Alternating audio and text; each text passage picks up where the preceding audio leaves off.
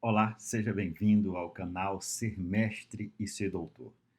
Eu criei este canal para me aproximar mais dos alunos, dos meus alunos, de outros tantos alunos e também me aproximar mais dos colegas, dos orientadores que querem discutir mais, debater mais, trocar ideias sobre a pesquisa nas ciências humanas e sociais, na educação, no ensino de ciências, que é a minha área de origem, e outras peculiaridades, tecnologias na área da pesquisa. Estamos numa temporada falando de pesquisa qualitativa, esse é um dos focos deste canal, de nós discutirmos que tecnologias podem nos ajudar a fazer mais e melhor investigação, pesquisa qualitativa. Bem, meu nome é Francis Lê, vocês já devem ter visto outros vídeos aqui do meu canal. Nós tivemos um período muito grande fora do país, eu sou brasileiro e tive em Portugal durante quase 18 anos, onde fiz meu doutoramento, pós-doutoramento em Portugal e na Inglaterra, e agora já há 3 anos e meio no Brasil, e durante todo esse tempo, mesmo fora, nós interagimos muitas vezes com os colegas de várias universidades, né? De Pernambuco, dando sua origem original, até o Rio Grande do Sul, nós temos colegas espalhados em várias universidades que trabalharam conosco lá em Portugal, no seu pós-doc, também enviando seus alunos para fazer seu doutorado sanduíche. E este canal é para isso, para nós nos aproximarmos e falarmos sobre ferramentas tecnológicas para a pesquisa qualitativa, principalmente. Esta é a missão que nós estamos imbuídos neste momento aqui. Bem, hoje eu gostaria de falar de algo muito especial para mim. Espero que seja para vocês também.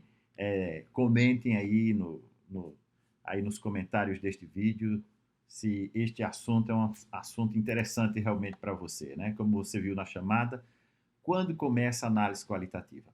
Alguém pode ficar perguntando, isso começa quando eu tenho dados, né? Quando eu tenho dados que eu chamo de não numéricos e não estruturados, ou seja, entrevista, textos, áudios, vídeos, imagens, né? Sessões, anotações de campo, tudo isso pode ser, então, objeto para a análise qualitativa. Quando eu tiver esses dados, então, aí começa a análise qualitativa. Pronto, está respondido. Foi um prazer conhecer vocês. Acabou o vídeo, né? Bem, não é bem assim. Na verdade, existe um equívoco por trás deste pensamento, um equívoco muito sério, que alguns alunos, quando estão começando o seu mestrado, seu doutorado, e mesmo alunos de TCC, não é? Cometem esse erro, mesmo alunos de doutorado, que deveriam ser mais experientes, começam este erro. Pensa que a análise dos dados, se você está configurando uma pesquisa qualitativa, começa quando você tem esses dados. Na verdade, não é bem assim. Para ilustrar melhor o que eu quero dizer, eu quero fazer uma outra pergunta para responder essa pergunta, tá? Aliás, a minha tese de doutorado é sobre questionamento, a competência de questionar, não é? Na área de didática das ciências, didática da química, mais especificamente. Então, vocês vão me ver neste canal fazendo muitas perguntas, tá?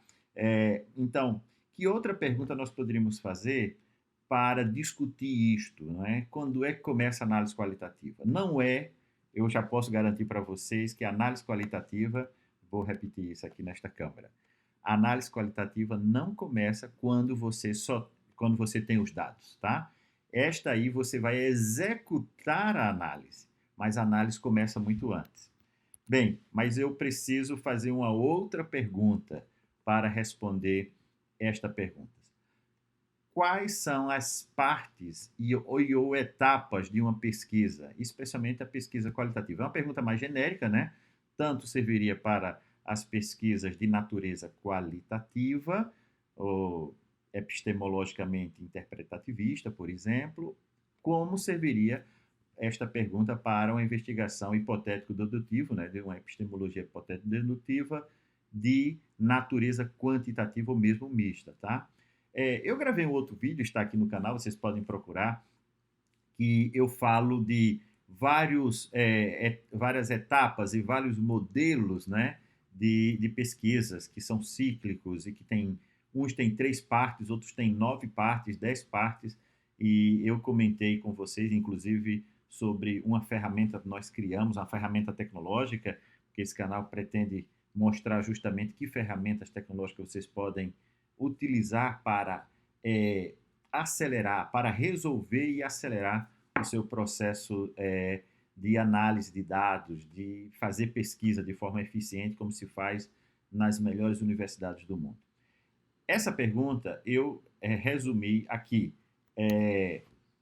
em 7 etapas, tá? Não é um dogma, nem é uma verdade absoluta. Como eu disse, existem autores que esmiuça cada uma destas etapas. Isso aqui é apenas uma maneira visual para que vocês possam perceber as etapas genéricas, tanto para a investigação qualitativa quanto para a quantitativa.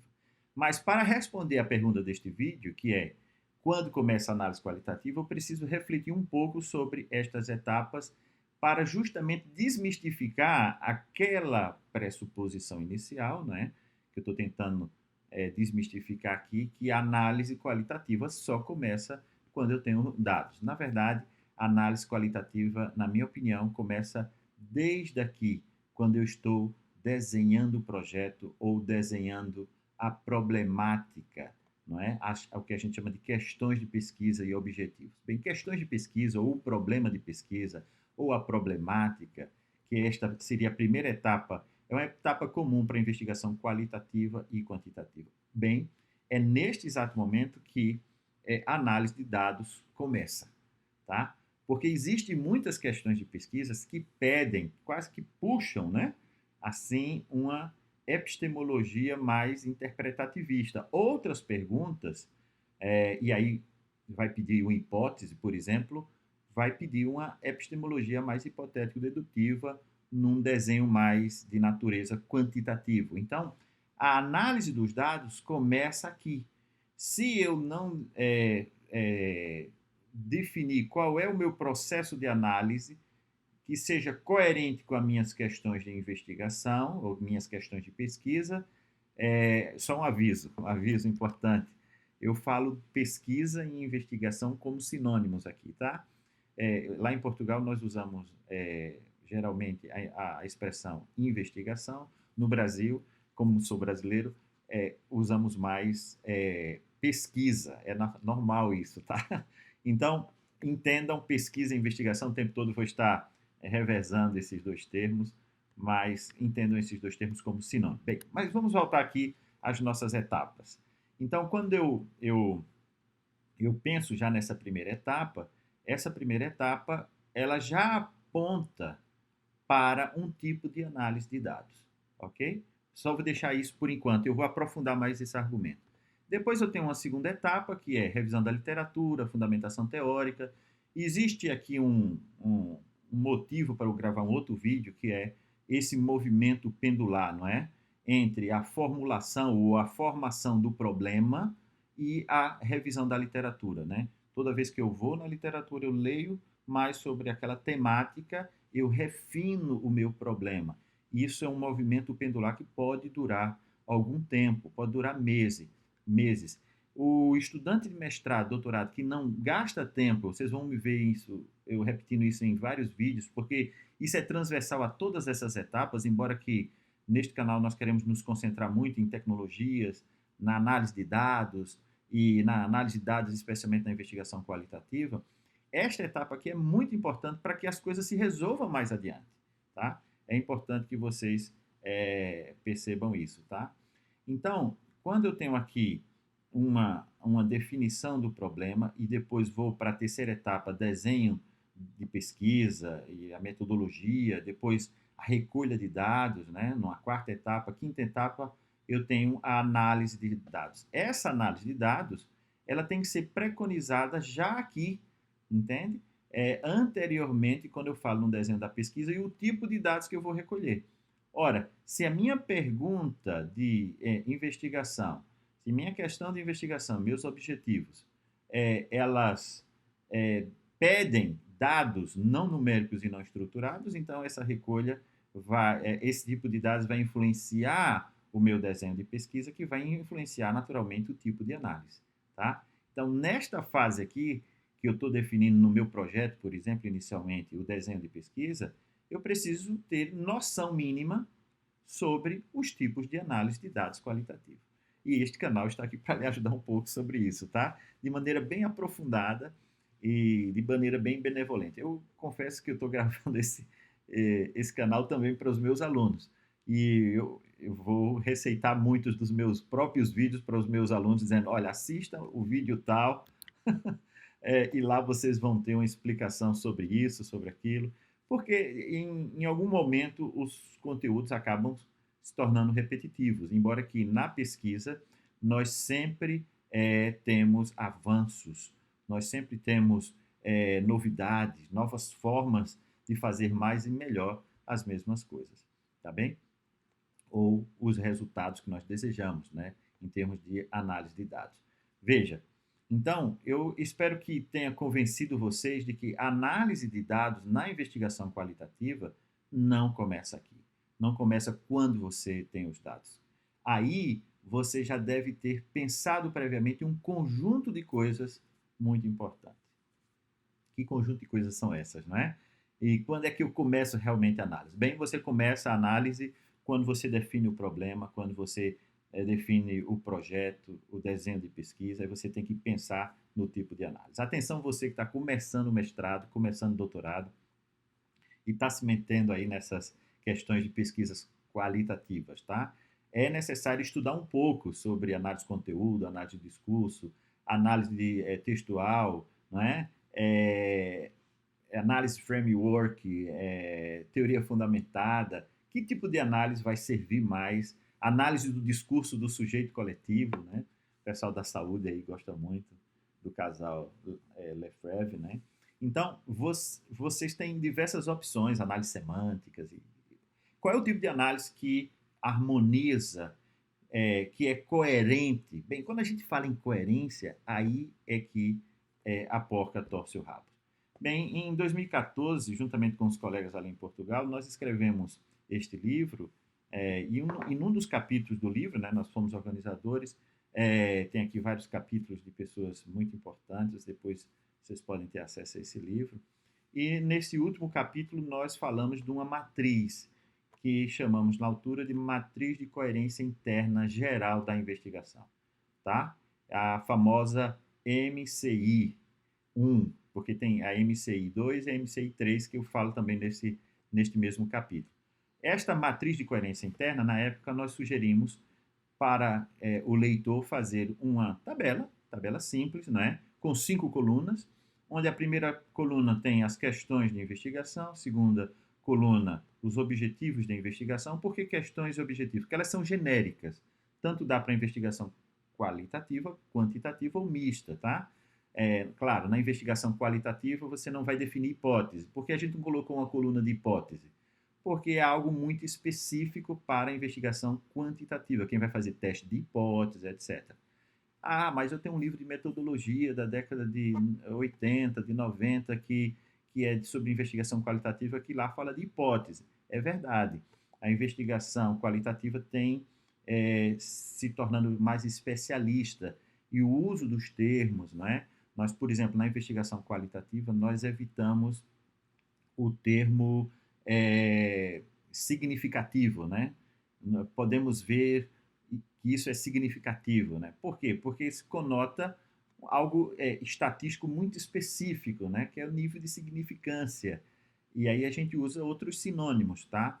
Para poder não dar para o leitor uma mensagem errada sobre a confiabilidade, a coerência interna, a coerência externa do nosso trabalho, tá? Então, neste capítulo livre, nós também falamos do corpus de dados, do tipo de análise e uma última coluna para observações, expectativas e perguntas subsidiárias, tá? É, veja, quando eu analiso essas colunas todas, no capítulo a gente recomenda, elas precisam ser coerentes. Então, eu faço uma pergunta aqui, ela tem que ser coerente com os objetivos de pesquisa, né? Tem muitos de nós, principalmente professores, né, na área da educação. Atenção, vocês são da área da educação, confundem muito, né, os professores, objetivos de ensino com objetivos de pesquisa. São duas coisas que podem ser complementares, mas não é a mesma coisa. E depois eu tenho o corpus de dados. Qual é o tipo de dados que eu vou recolher que seja coerente com esses objetivos e com esses dados, né? E depois a análise. Qual é o tipo de análise que eu vou fazer para que este ciclo de coerência horizontal, tá, aconteça. Então, existem dois sentidos de coerência nessa matriz. O sentido vertical, questão principal, subquestão, objetivo principal, objetivos secundários, questão de pesquisa principal, subquestão. Então, há uma hierarquia aqui, ou uma coerência, vamos dizer aqui, vertical nesta tabela, tá bem? Uma coerência vertical. Mas também, o mais importante, atenção, eu chamo a atenção de você agora, o mais importante é a coerência horizontal. Ou seja, esta questão que, para ser respondida, precisa alcançar esses dois objetivos ou três objetivos, tá? E depois eu preciso deste corpus de dados, esse corpus de dados precisa ser coerente com os objetivos e com as questões, e que necessita desse tipo de análise. Ora, esse tipo de análise tem uma fundamentação teórica por trás. Que fundamentação teórica é esta? Tá bem? Então, esta coerência aqui não é fácil de fazer, tá? Não é fácil de fazer. E tanto não é fácil de fazer que nós melhoramos de forma exaustiva esta matriz de coerência interna e fizemos algo assim bem grande numa folha A4, A3, que é duas A4, né, juntas, e uma matriz no PowerPoint grande, justamente para sugerir para os nossos orientandos, eu sugiro para os meus orientandos, estou partilhando aqui com vocês, certamente eu vou mandar algum orientando assistir este vídeo, e eu estou partilhando com vocês com muito gosto. Por quê? Porque essa matriz de coerência interna geral, ou MCI1, matriz de coerência interna 1, porque tem a MCI2 e a MCI3, que está lá no capítulo, mas isso é assunto para outro vídeo. Nesta matriz de coerência interna 1, ela é o coração da tua pesquisa, tá? Eu começo as orientações com esta matriz. Atenção, orientadores, dá uma olhada nessa matriz. Eu vou deixar essa matriz em um PowerPoint, tá? Com as colunas e com esses balões explicativos no primeiro slide, que pode ser impresso em folha A3, já está configurado para isso, e uma segunda vazia para você escrever, colocar o título do seu projeto, dos autores, né, do orientador, do orientando, essas coisas todas, vazia no segundo slide desse PowerPoint. Então, se vocês quiserem, podem clicar aqui embaixo desse vídeo, né, e vão ter um link para descarregar esta matriz. Tá? Eu vou aqui só explicar esses balãozinhos aqui. Eu recomendo que, mesmo tendo assistido esse vídeo, pode ser que acabe esquecendo de algum detalhe, mas estão aí, eu parei para pensar bem sobre os conselhos. E você que é orientador, baixem lá a matriz e comentem aí, deem um feedback, o que é que poderia ser melhorado, porque isso é apenas uma ferramenta simples, né? E que sempre pode ser melhorada, naturalmente. Então, a matriz aqui aqui é um modelo, tá? Um modelo genérico. Eu tenho aqui, ó, questão 1. Questão 1 eu tenho objetivo 1, objetivo 2. Questão 2, objetivo 1, 3, 4, 5. Então, na questão 1, para eu responder a questão de investigação 1, eu preciso alcançar o objetivo de investigação 1 e 2.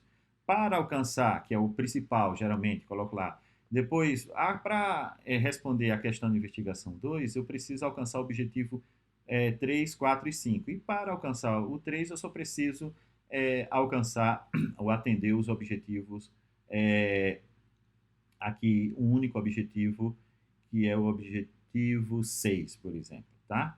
Então, essas questões de investigação, elas supõem uma certa coerência, não é? Eu estava falando anteriormente, uma coerência neste sentido aqui, no sentido vertical, tá? Essas perguntas precisam ser claras, concisas, tá? Elas precisam ser complexas, tá? E existe um conjunto de técnicas que a gente pode fazer. Isso aí é um motivo para outro vídeo, para a gente melhorar essas questões de pesquisa, tá? Mas elas precisam ser coerentes com os objetivos. Muitas vezes o objetivo é um detalhamento, uma ampliação, não é? De forma detalhada da questão de pesquisa, tá? A questão de investigação aqui, e eu tenho dois objetivos, eu destrinchei em dois objetivos de pesquisa, tá bem? Naturalmente, vocês podem ter apenas uma questão de pesquisa só, ou duas, e ter vários objetivos e subobjetivos. Essa é uma matriz completamente flexível. Mas o mais interessante dessa matriz é esta coerência, então, aqui, horizontal. Questão, objetivo. Para eu responder esse objetivo, alcançar esse objetivo de pesquisa, tá? Motivo para a gente gravar um outro vídeo, tá? Sobre como formular questões, definir o problema, como andar naquele movimento pendular ali entre a literatura, onde o investigador vai buscar inspirações. Coloque lá no seu comentário se você quer que eu dê prioridade a esse vídeo. Nós estamos aqui com uma agenda de vídeos muito grandes para fazer. Talvez possamos dar prioridade a esta aí, dependendo do seu comentário. Faça seu comentário, que quem sabe a gente não faça de imediato um vídeo sobre onde os pesquisadores, os investigadores vão buscar inspiração para formular questões de pesquisa. Onde é que eles vão buscar inspiração? Coloque aí nos comentários, certamente poderei dar prioridade a este vídeo e gravar ele primeiro, tá? É importante esse feedback, essa interação de vocês. Bem, vamos voltar então para essa nossa matriz, né? A matriz de coerência interna. Então, na terceira coluna, eu tenho o corpus de dados. Este corpus de dados, ele precisa, num primeiro momento, ser pensado de forma coerente com os objetivos. Então, para alcançar esse objetivo 1, eu preciso o quê? Eu preciso, na investigação qualitativa, fazer entrevista com os alunos. Eu preciso de acompanhar as discussões e ter o material das discussões do Facebook. Eu preciso dos comentários do YouTube. Eu preciso das gravações de todas as aulas no Zoom, não é? Ou no Hangout. Agora, nesses últimos tempos de pandemia, não é? Aqui, 2020, 2021, nós temos aqui um período em que os dados não numéricos e não estruturados, para quem faz pesquisa na área da educação, por exemplo, né, esteve abundantemente disponível, porque as aulas literalmente foram gravadas de forma muito fácil, as aulas online, né? Então, qual é o tipo de dados? Aí, aqui uma pergunta eu preciso fazer. Esses dados, eu estou fazendo o projeto ainda, vamos imaginar, né? Esses dados, eles têm poder em termos de quantidade e qualidade para responder às questões de investigação, para alcançar os objetivos de investigação, entende? Quer dizer que para alcançar esses objetivos todos, você vai fazer uma entrevista a 5 alunos e acha que isso vai ter poder de estudo de caso, né? Tem muitas áreas de pesquisa nas ciências humanas e sociais e tal, que tem lançado mão do estudo de caso aprofundado, que demanda diversas fontes de informações diferentes, e estas fontes de informações precisam ser cruzadas, né? O que veio das observações, o que veio das questões abertas do questionário, questões fechadas, o que veio das entrevistas dos médicos, dos enfermeiros, dos professores, dos alunos. Como é que eu triangulo tudo isso, né? Como é que eu... E isso tem volume, tem poder, não é, para responder essa questão. Então, um pesquisador experiente, o seu orientador, no caso, se você é orientando, está assistindo esse vídeo, ele vai saber dizer, não, isso aqui não é suficiente para alcançar esse objetivo, ou isso não é coerente, tá? Você precisa, para saber isso, para alcançar esse objetivo, é mais do que perguntar aos professores. Você tem que observar os professores, você tem que acompanhar os alunos, tem que perguntar aos alunos, tem que perguntar ao diretor da escola, o diretor do hospital, e etc, etc. Então, aos pacientes, né? Então, tem que haver aqui este mapa para você visualizar, tá?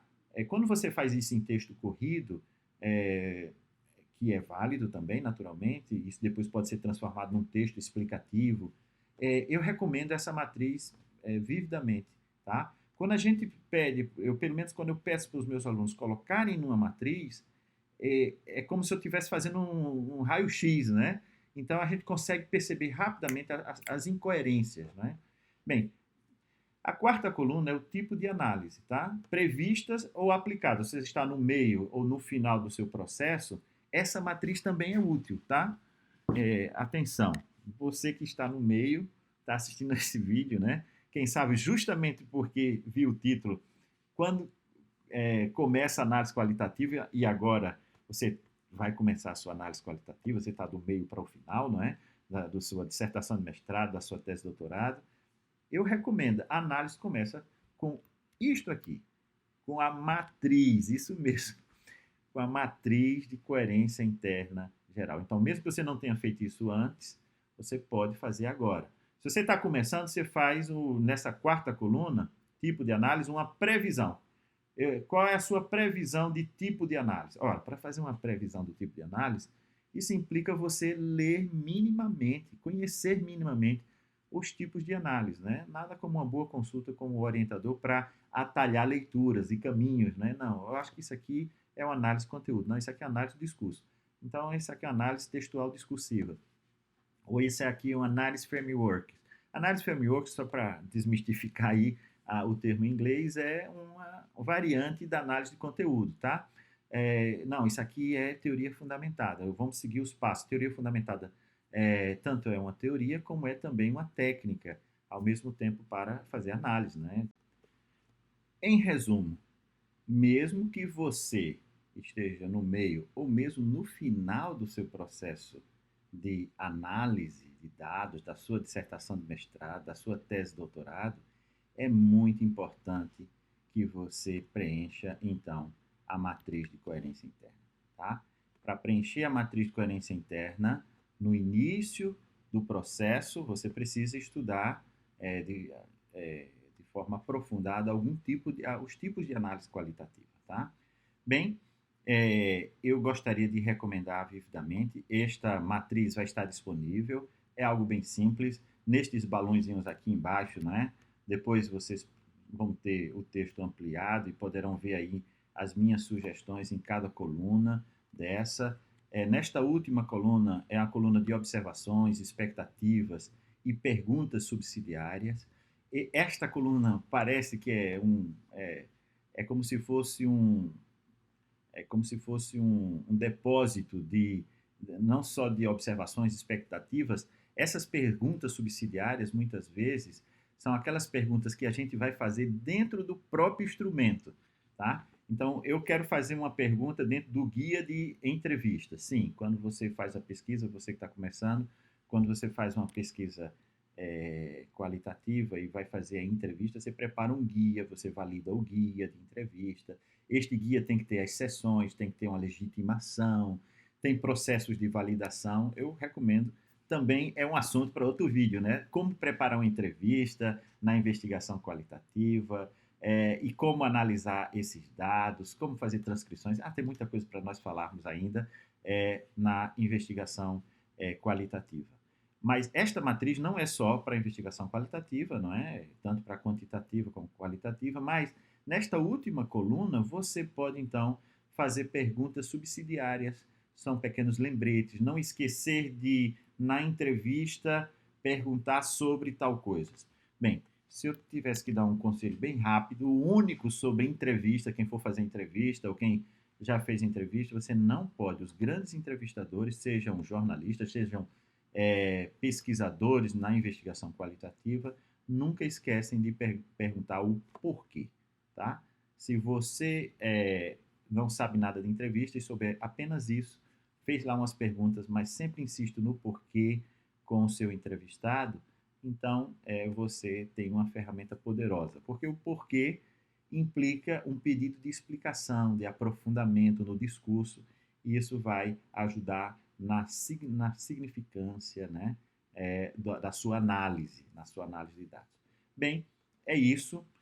Não vou me delongar mais, o vídeo já está gigantesco, falando da matriz de coerência interna 1.